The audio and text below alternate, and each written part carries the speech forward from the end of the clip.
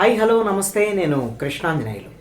YSR Congress party Rajya Sabha సభ్యులు senior నేత విజయసాయి రెడ్డి రాజీనామా చేశాడు, పార్టీకి రాజీనామా చేశాడు. అదేవిధంగా రాజ్యసభకు కూడా రాజీనామా చేస్తాను, రాజకీయాల నుంచి తప్పుకుంటా అని చెప్పాడు.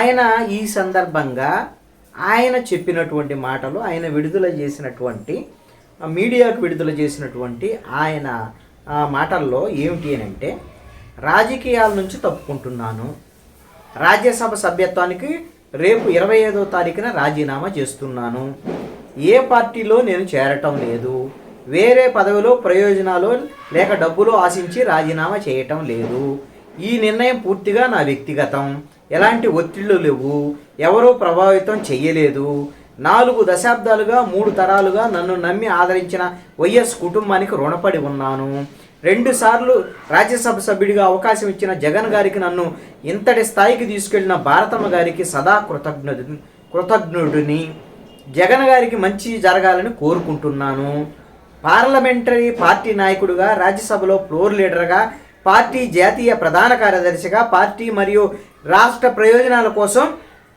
చిత్తశుద్ధితో శక్తి వంచన లేకుండా కృషి చేశా, కేంద్రానికి రాష్ట్రానికి మధ్య వారధిలా పనిచేశా, దాదాపు 9 సంవత్సరాలు ప్రోత్సహించి కొండంత బలాన్ని మనోధైర్యాన్ని ఇచ్చినటువంటి తెలుగు రాష్ట్రాల్లో నాకు గుర్తింపునిచ్చిన ప్రధాని నరేంద్ర మోడీ గారికి, హోంమంత్రి అమిత్ షా గారికి ప్రత్యేకమైనటువంటి ధన్యవాదాలు.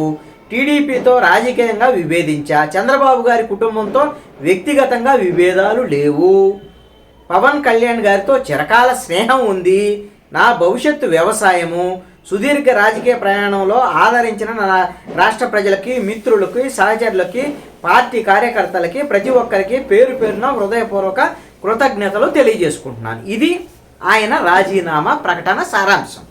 దీంట్లో బిట్వీన్ ద లైన్స్, ఈ అక్షరాల మధ్య ఆయన ఆవేదన ఏంది, ఆయన ఆలోచన ఏంటి, ఇలాంటి అనేటువంటి అంశాలు చాలా బయటకు వస్తాయి, ఇంకా ముందు ముందు కూడా వస్తాయి. ఆయన క్లారిటీగా ఆయన వైఖరి చెప్పాడు.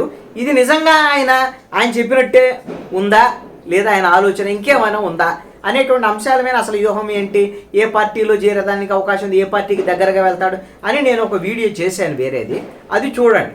అయితే ఇక్కడ ఆయన పేర్కొన్నటువంటి అంశాలలో జగన్మోహన్ రెడ్డికి రుణపడి ఉంటాను, భారతమ్మకు రుణపడి ఉంటాను, జగన్మోహన్ రెడ్డికి మంచి జరగాలి, ఈ కోరుకోవటంలో తప్పేం లేదు, ఆయన వైఎస్ఆర్ కాంగ్రెస్ పార్టీ కాబట్టి.